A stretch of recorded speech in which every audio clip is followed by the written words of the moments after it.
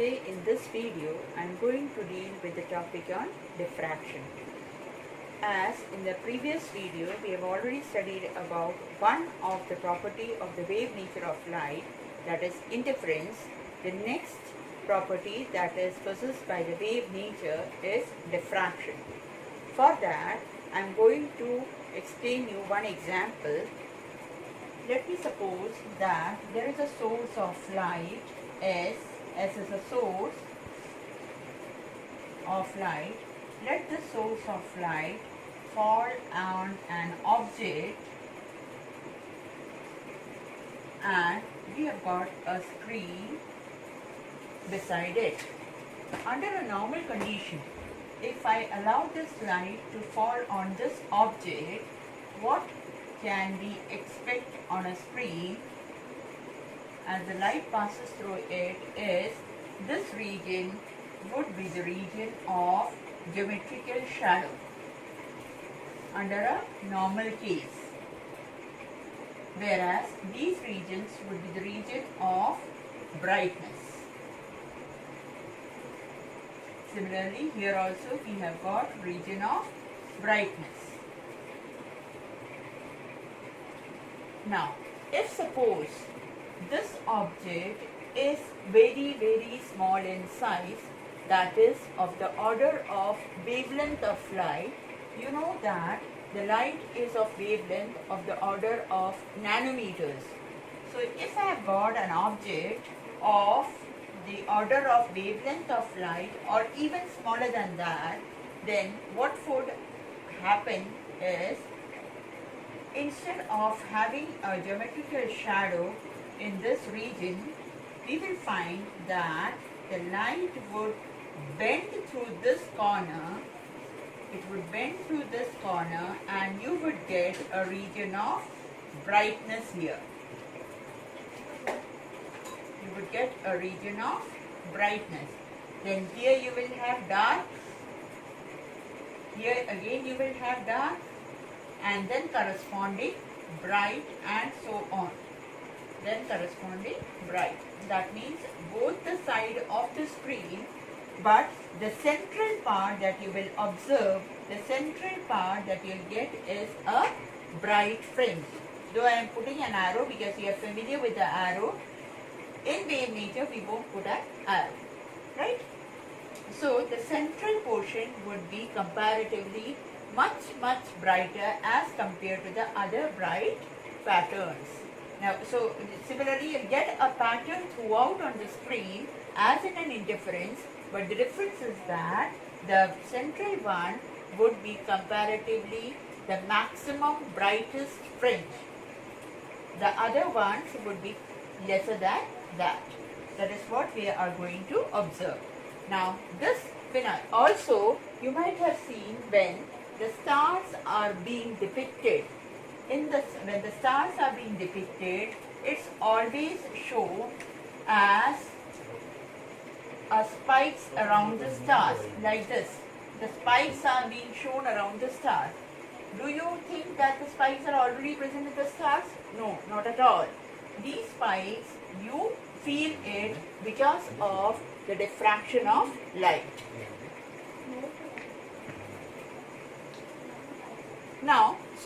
Now we can define diffraction. Diffraction is the bending of light around the corners of an obstacle. What is it? It is bending of light around the corners of an obstacle. So this bending of light is known as diffraction. Now diffraction is of two types. Very first diffraction, or first I'll deal with types of diffraction.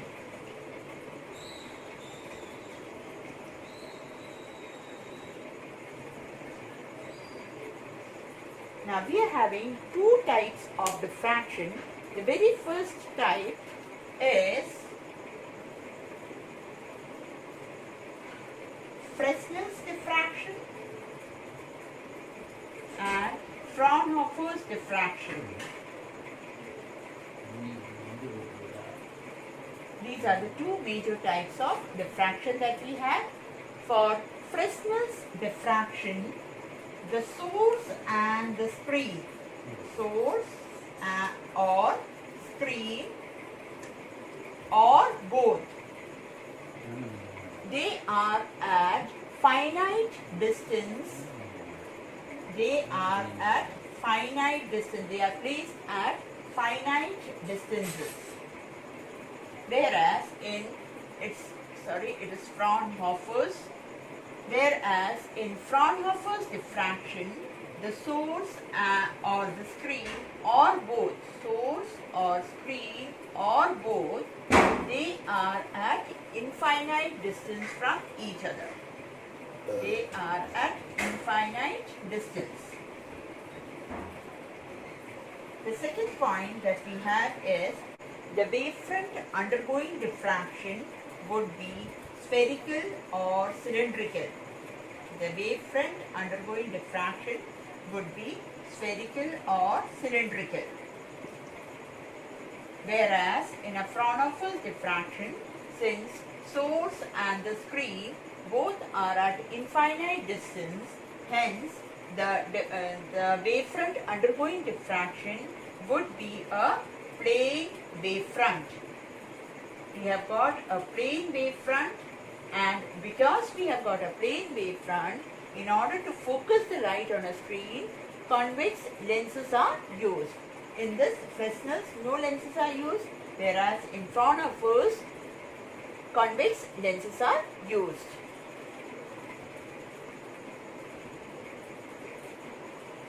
Then the third point is that the shape and the intensity of the diffraction pattern that is obtained on the screen changes with respect to time. In case of Fresnel's diffraction, the shape and the intensity, it is shape and intensity of the diffraction pattern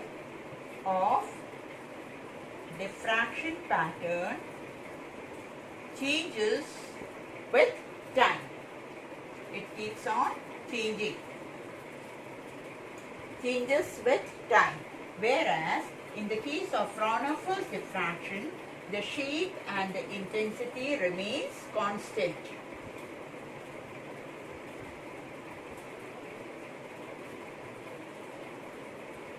Shape and intensity remains constant.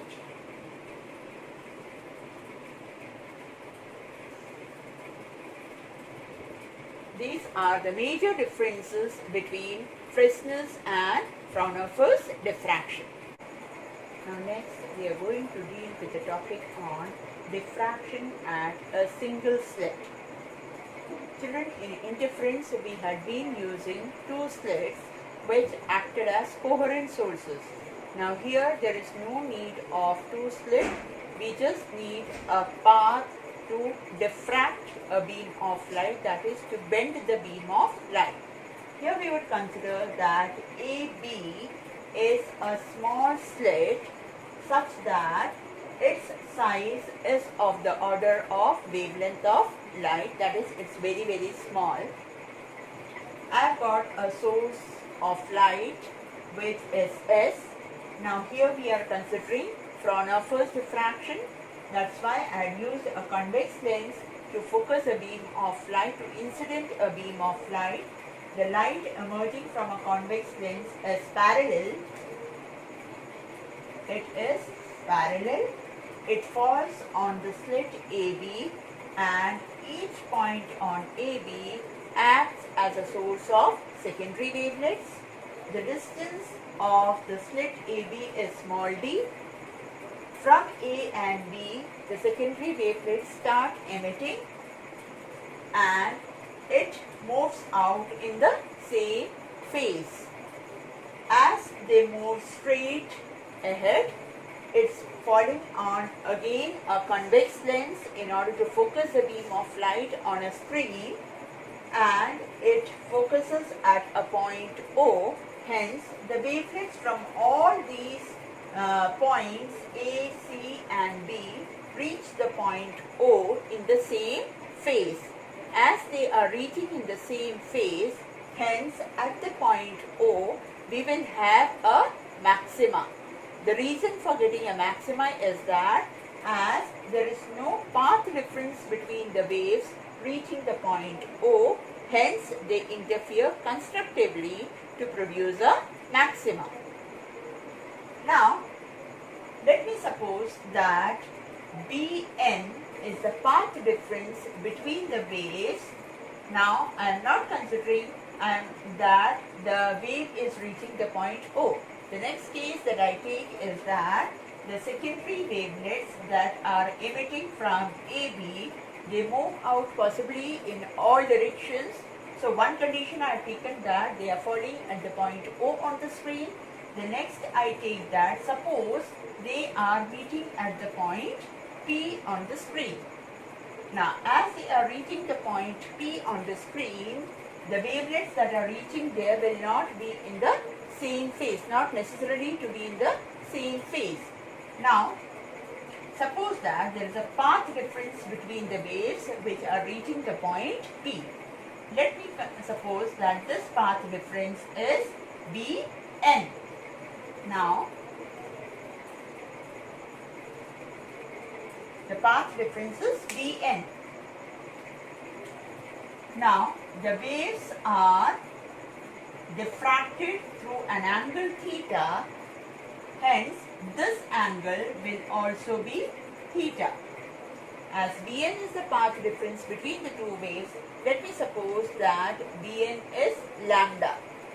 If Bn is lambda, I divide the slit into two parts, that is AC and BC. As the path difference between the waves A and C is lambda by 2, similarly, the path difference between the waves reaching from C and B is also lambda by 2. Then only the total path difference would come out to be equals to lambda. Now, in order to find out the path difference Bn, I would take a right angle triangle ABN. In triangle ABN, if I find out sine theta is equals to Bn upon AB. Sine theta is Bn upon AB. Now substituting the value, I would get sine theta is equals to Bn is lambda upon AB. AB is D, that is D. That is D sine theta is equals to lambda.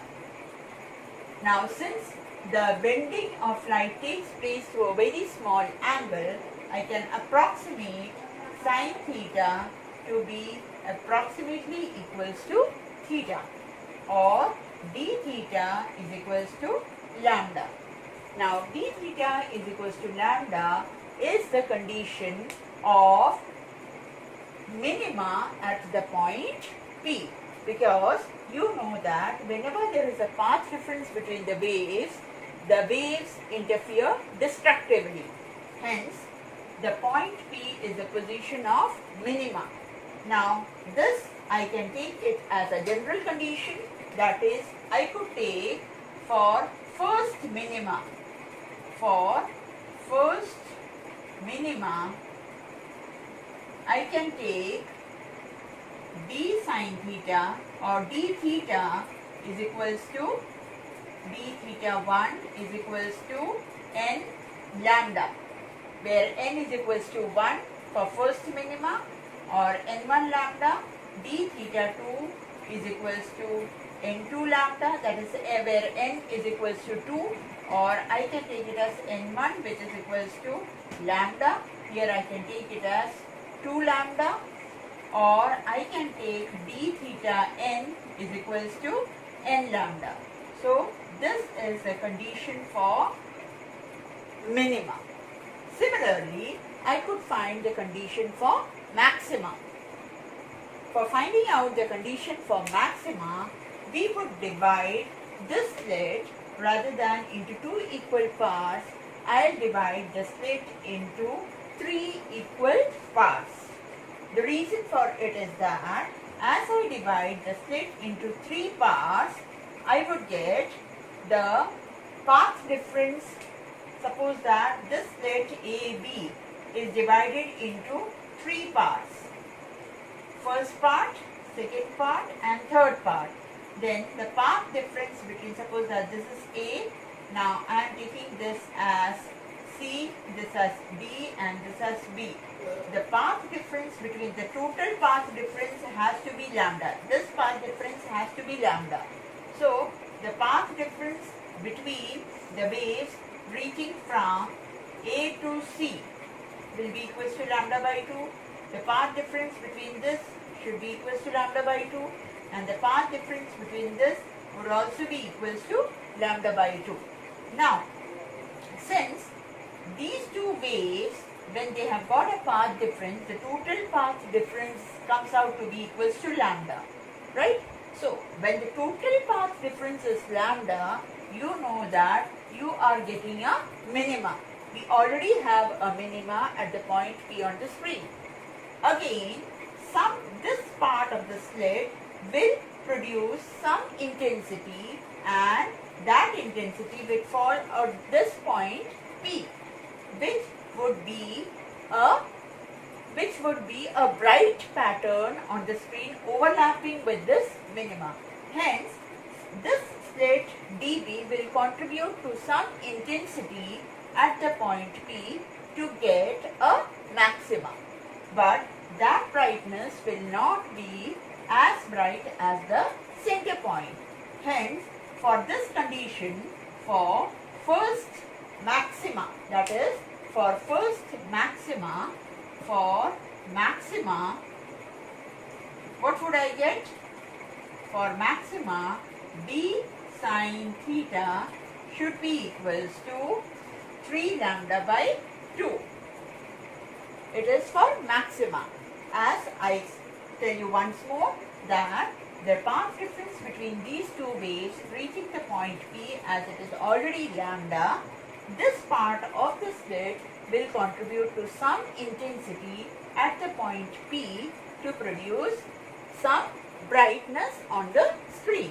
Hence, the total path difference comes out to be equals to 3 lambda by 2. Or I can take that d theta is equals to 3 lambda by 2. Similarly, this is d theta 1. Similarly, I could have d theta 2 is equals to 5 lambda by 2, or d theta n is equals to n lambda by, or 5, these are odd numbers, so I can take it as 2n plus 1 lambda by 2, or I can have theta is equals to 2n plus 1 lambda by 2d. So this is the condition of maxima for diffraction pattern.